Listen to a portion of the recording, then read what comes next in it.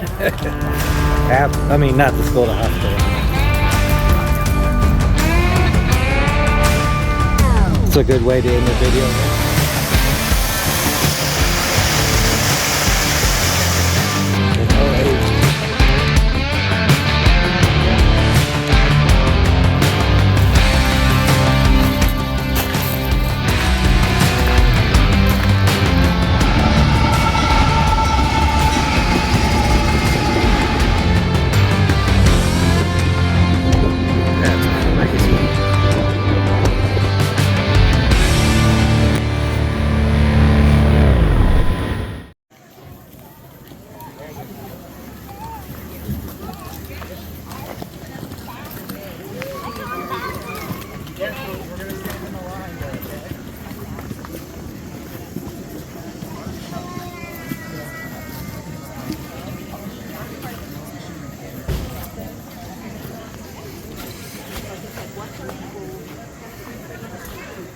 This one here's a smooth bore, so when that ball's going down, it's wobbling. We're going to hit something, we just don't know what we're going to do. Like a nickel. Yeah. 130. The Brennan just fires a plain old cannonball. And it has a wood sabot attached to it, Civil War masking tape. Of course, they didn't have Civil War masking, but there it is. And you tie the powder bag to that, and when the shell goes off, this wood sabot is cup-shaped. It will fracture. The wood will push up between the ball and the barrel to stabilize the ball as it goes down, makes it more accurate. So this is a Civil War cannonball.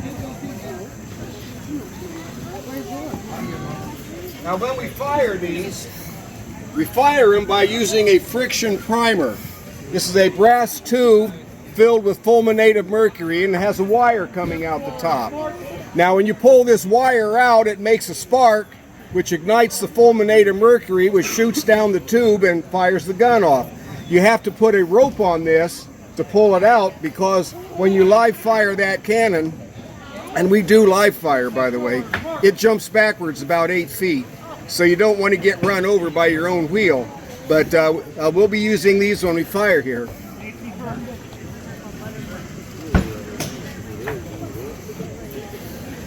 It takes 7 men to fire a cannon. We put 4 on the gun, and we put a 5th guy who is the gunner, and then there's a guy that brings the powder forward, and there's a guy back on the limber. Now, by the way, this is what the sight looks like. This rear sight fits in the socket on the back of the barrel, and you sight down through this little peephole here, and you can adjust it for elevation and windage. Very effective. Now, what's the difference? Those buildings again. I could hit it with the smooth bore, but I can put it right through the window with the Parrott rifle using this. Now, first thing they're going to do, the crews go forward. There's a guy on the right front of the barrel. That's number 1. Number 2 is on the left front of the barrel. Number 3 is on the right rear. Number 4 is on the left rear.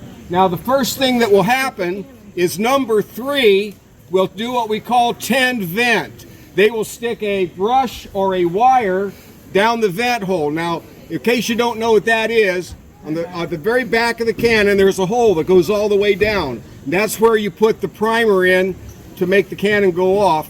And that can get pretty crappy. So you got to clean that up between rounds. So that's the first thing they did. Then number 3 will put his thumb on top of that vent to prevent any wind from being blown up through there when they ram the round in, because we don't want to fan any sparks.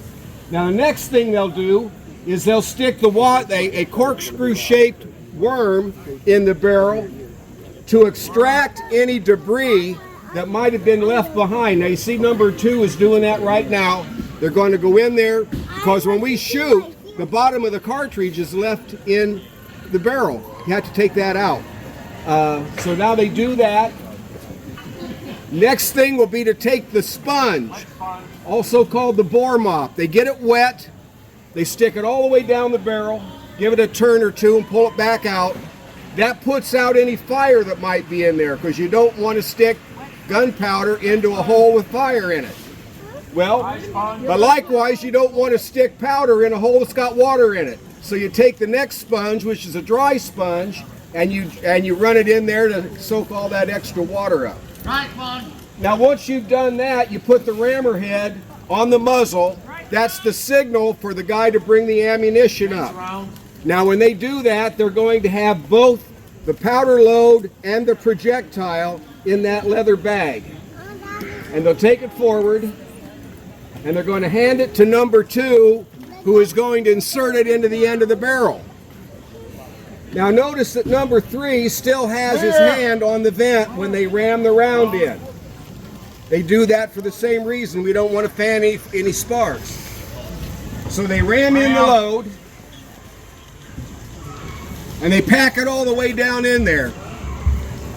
Reason why it has to go all the way in is because you have to open that cartridge up with a wire, which is what they're going to do next. Number 3 and 4 will step in. Number 3 will stick a sharp wire down that vent hole, open up that cartridge, and then number 4 will stick one of those friction primers in I showed you a minute ago, and they will attach the rope, or the lanyard we call it, so that they can get outside the wheel and not get run over in the recoil. Now, it's not going to recoil today. We're only firing blanks, so don't worry about that. Now, the next command you're going to hear is prepare. Now, when he says prepare, the next command will be fire. So, when you hear him say prepare, next is where it's going to make a boom. It's not going to be a loud bang, but it's loud enough that if you're the least bit squeamish, plug your ears. When I say prepare, you all say fire. Okay? Prepare! Fire! That was darn near perfect, folks. Thank you. You've been a good audience. Feel free to come in, look at the guns, come in and see us, get your pictures.